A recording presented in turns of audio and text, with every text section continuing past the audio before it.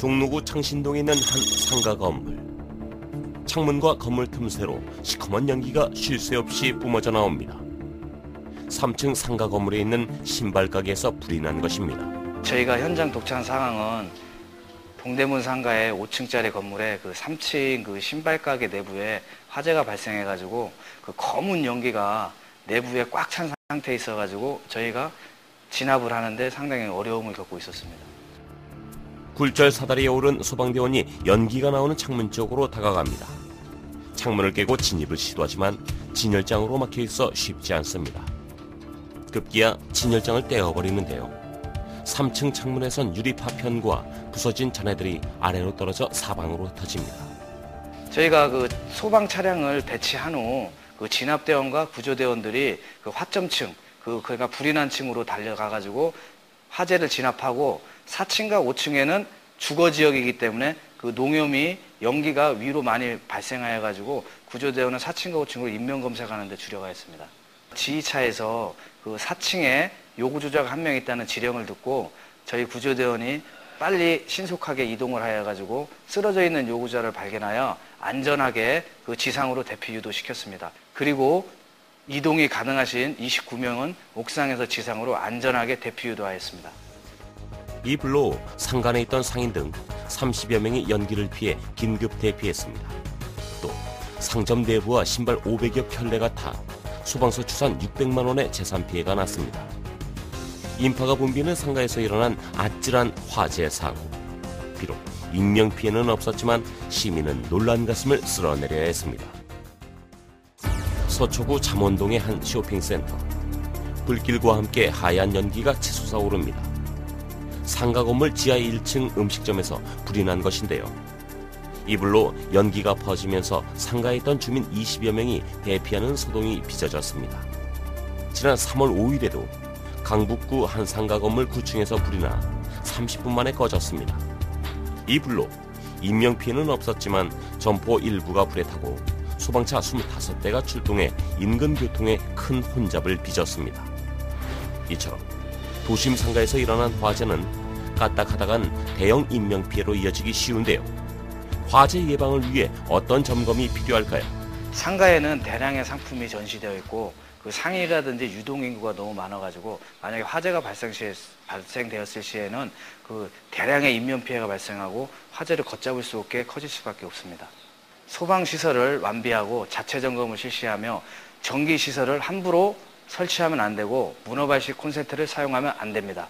난방기구 사용 시에는 특별히 주의를 기울여서 주변에 모래주머니나 소화기를 비치하여 화재 예방을 하여야겠습니다. 자칫 대형 참사로 이어질 뻔했던 동대문 상가 화재 사고. 사람이 붐비는 다중이용시설에선 전기와 가스시설 점검을 꾸준히 하고 비상구를 깨끗이 하는 노력, 소홀히 해선 안 되겠습니다.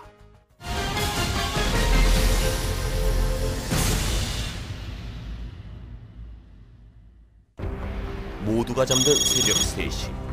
소방차 한 대가 요란한 사이렌 소리를 울리며 달려갑니다. 도착한 곳은 한 아파트의 지하 주차장. 놀랍게도 시커먼 연기가 주차장 입구를 구름처럼 뒤덮고 있는데요. 무슨 일이 일어난 걸까요? 선착대 소대장이 현장 도착해서 우리 지휘차로 무전 보고하기를 도착 당시에 이미 지하 1층 주차장에서 차량 3대가 거의 연소 중이었고 거의 최성기 상태로 폭발적으로 연소가 진행 중이었다 합니다. 잠시 후에 우리 지휘차가 현장에 도착해서 제가 직접 들어가 보니까 지하 1층에 거의 매연으로 꽉 차 있어서 진입이 곤란할 정도로 앞뒤 전혀 분간할 수 없을 정도로 연기가 가득 차 있는 상태였고, 중무장한 소방대원들이 검은 연기를 뚫고 지하 주차장으로 들어갑니다. 화재의 진원지는 바로 카니발 승용차. 불에 타서 차체만 남았는데요. 불은 진화되기 전 옆에 있던 아반떼 승용차 2대에 옮겨붙어 모두 3대의 차가 불에 탔습니다. 선착대로 현장에 도착한 암사 119 안전센터하고 바로 이어 도착한 천호 119 안전센터는 큰 수관을 전개해서 화재 진화에 주력하였고, 바로 이어서 현장에 도착한 성내 119 안전센터나 길동이나 우리 구조대원들은 지하 1층 주차장 전체 내부 인명 검색을 함과 주력함과 동시에 타 차량으로 연소 방지에 주력하여 있습니다. 또한 우리 구조대원들은 아파트가 12층까지 있습니다. 12층에 거주하는 아파트 주민들은 새벽이기 때문에 다 일일이 호가마다 방문해서 인명 대피 유도하는 데 주력했습니다. 한밤중 아파트를 뒤흔든 지하 주차장 화재 사고. 다행히 인명 피해는 없었지만 소방서 추산 980만 원 상당의 재산 피해가 발생했습니다. 지난 1월 6일에는 대전에서 다니던 시내버스에 불이 나 승객과 행인들 수십 명이 급히 대피하는 소동이 벌어졌습니다. 불은 17분 만에 꺼졌고 인명 피해는 없었지만 버스에 타고 있던 승객 3명과 행인 등 수십 명이 대피하는 등 일대가 아수라장이 됐습니다. 노원구 상계동에 있는 학원 주차장. 정차 중인 12인승 차량에서 불길이 치솟습니다. 출동한 대원들이 차 문을 열고 진화에 나섰는데요. 불은 5분 만에 꺼졌지만 차량 내부는 까맣게 그을리고 타버려 처참한 모습입니다. 다행히 학생들이 모두 내린 뒤에 불이 나 다친 사람은 없었지만 차량 전체가 타며 150만 원의 재산 피해가 났습니다. 지난 12월 21일 부산에서는 도로를 달리던 차량에서 불이 나는 아찔한 사고가 일어났습니다.